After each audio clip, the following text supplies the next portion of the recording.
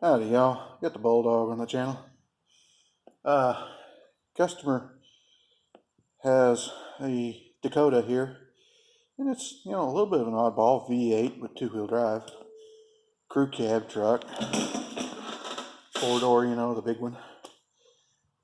His complaint, catalytic converter was getting cherry red, and I doubt you can see it. It's awfully dark up in here, but around the back side of it, the rust looks a little different. Rust is popping on it because it's been so darn hot. You can see how right here it's blue, or almost looks blue. That happens when it gets glowing and then it cools back off. It'll take on the appearance of blue. Now, I've told you before that whenever you're at the mechanic shop and another problem happens, you're always suspicious. Is he just saying something? Did he damage something while he was working on it? He or she.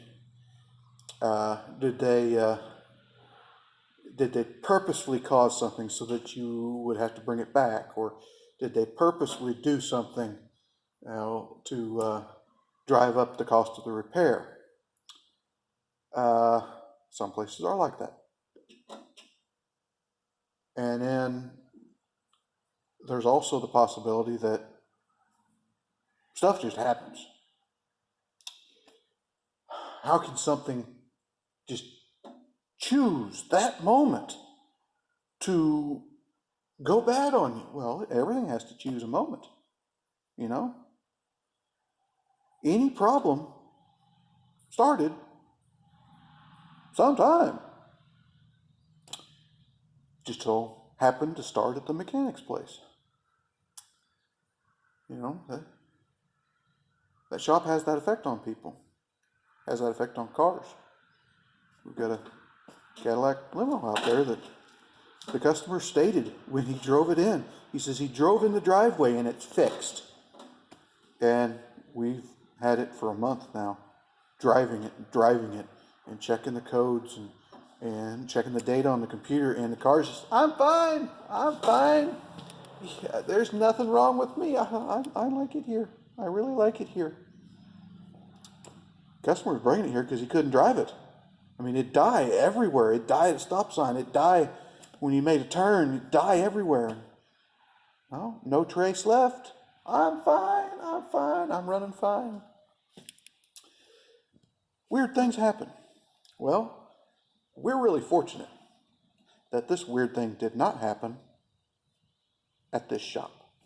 The customer was literally driving it here for the catalytic converter, because the catalytic converter is plugged up and it's getting hot, glowing cherry red. And on his way here, he lost the rest of his exhaust. Well, it's kind of still here, but he has bigger problems.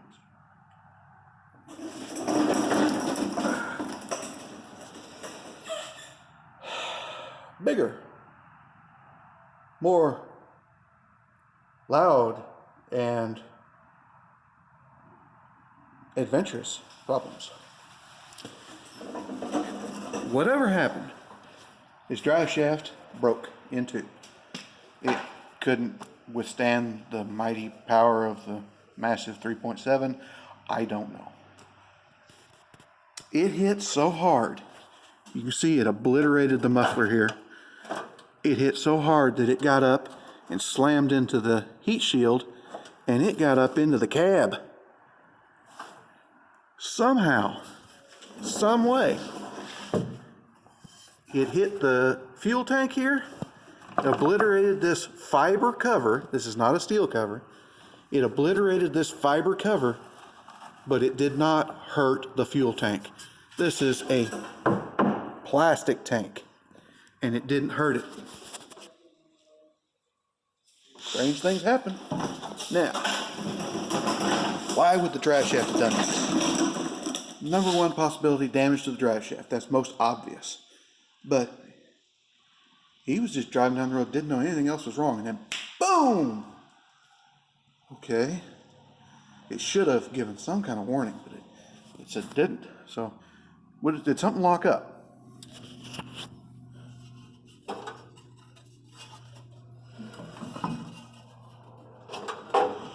Rear end's okay. You can see it's a little stiff that way. Not too bad. You know, U-joint was, you know, not great, but it's not enough to cause a huge problem or vibrate or anything. I gotta take the truck out of park. We'll check the transmission, make sure it didn't lock up. Oh. I'll set you here. Hang out.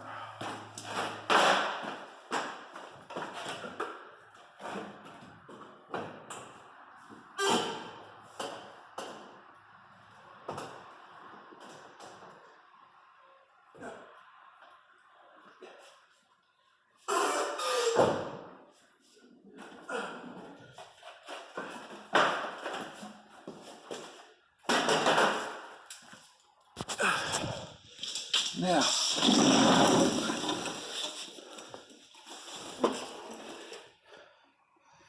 well, transmission rotates just fine. And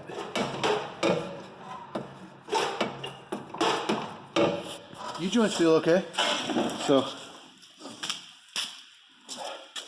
should not be a problem there.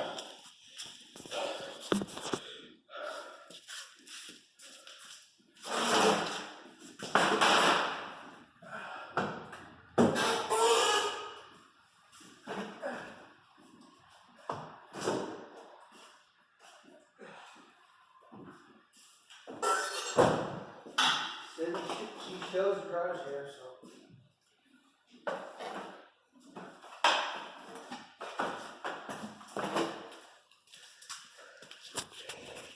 Let me know what you think's going on. But right now it looks like it just chose to go boop. Like, comment, subscribe, hit your little bell notification, share it all around. We'll talk to y'all later.